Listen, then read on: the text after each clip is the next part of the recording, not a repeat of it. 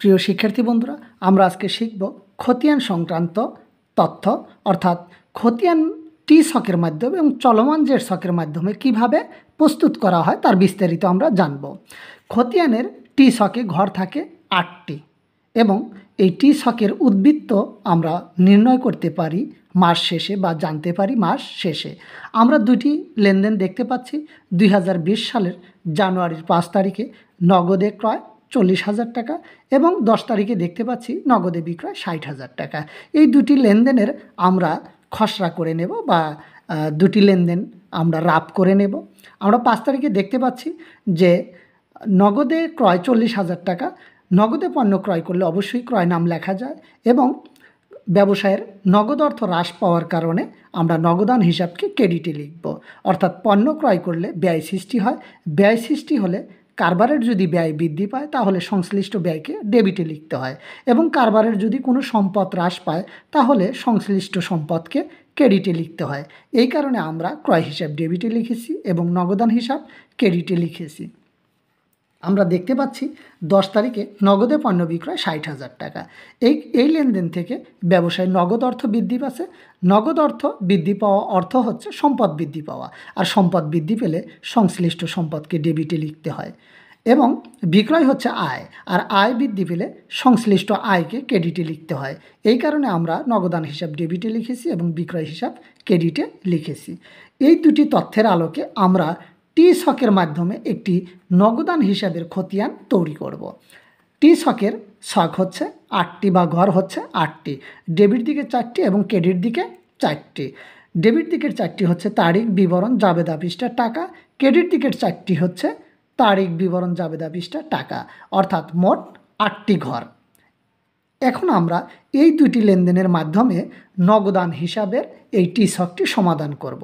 আমরা দেখতে পাচ্ছি 5 তারিখে নগদান হিসাব ক্রেডিটে রয়েছে। এই কারণে আমরা স্থান নির্ধারণ করব বা তারিখটি ব্যবহার করব ক্রেডিট সাইটে।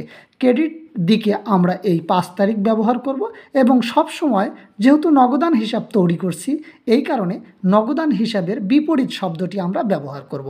নগদান হিসাবের বিপরীত শব্দটি হচ্ছে ক্রয় হিসাব। ক্রয় হিসাব লিখে আমরা 40,000 টাকা ব্যবহার করলে আমরা এই 40,000 টাকাকে পোস্টিং বলা হয়। অর্থাৎ 5 তারিখের এই নগদানকে আমরা পোস্টিং করেছি। ঠিক তেমনি দেখতে পাচ্ছি 10 তারিখে নগদান হিসাব ডেবিটে রয়েছে।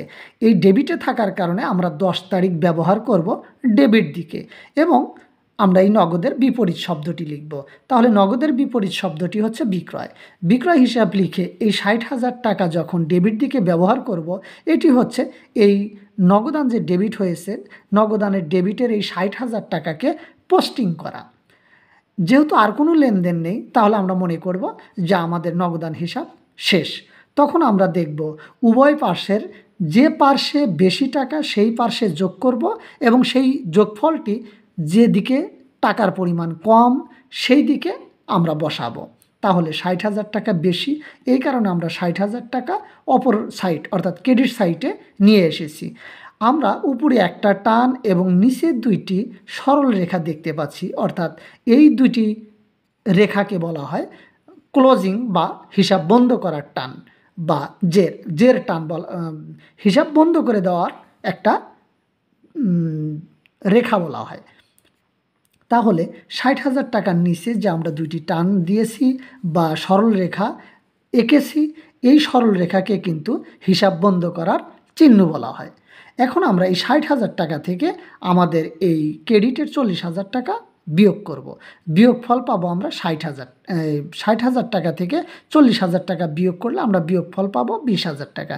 এই 20,000 টাকাকে বলা হয় ব্যালেন্স সিডি এবং এই 20,000 টাকা পরবর্তী মাসে যাওয়া হবে ব্যালেন্স বিডি। এই 20,000 টাকাকে কিন্তু ব্যালেন্সিং বা হিসাবের জের বলা হয়। আমরা আরও একটি তথ্য জানব যে খতিয়ান হিসাবের চলমান জের ছকের পদ্ধতি। এই চলমান জের ছকের পদ্ধতি 7টি ঘর হয়। তারিখ, বিবরণ, জাবেদা, পৃষ্ঠা, ডেবিট টাকা, ক্রেডিট টাকা, জের বা উদ্বৃত্তের ডেবিট টাকা ও ক্রেডিট টাকা। 7টি কলাম। আমরা জানি যে চলমান জের ছকের এই 7টি কলাম বা 7টি ঘর এবং প্রতিনিয়ত বা প্রত্যেক তারিখেই কিন্তু আমরা জের বা উদ্বৃত্ত বা ফলাফল পাবো। অর্থাৎ এই চলমান জের ছকের উদ্বৃত্ত ফলাফল বা জের প্রতিনিয়ত পাওয়া যায় বা প্রত্যেক তারিখের শেষেই আমরা এই উদ্বৃত্তের পরিমাণ নির্ণয় করতে পারি। তাহলে আমরা জানলাম যে খতিয়ান দুইটি পদ্ধতিতে তৈরি করা যায়, একটি টি ছকের পদ্ধতি আর একটা চলমান জের ছক পদ্ধতি। টি ছকের কলাম হচ্ছে 8টি, জের ছকের চলমান জের ছকের কলাম হচ্ছে বা ঘর হচ্ছে 7টি। টি ছকের ফলাফল পাওয়ার জন্য আমাদের মাস শেষ হতে হয় বা মাস শেষে আমরা এর ফলাফল বা উদ্বৃত্ত পাই, কিন্তু চলমান জের ছকের ফলাফলটি আমরা তাৎক্ষণিক পেয়ে যাই।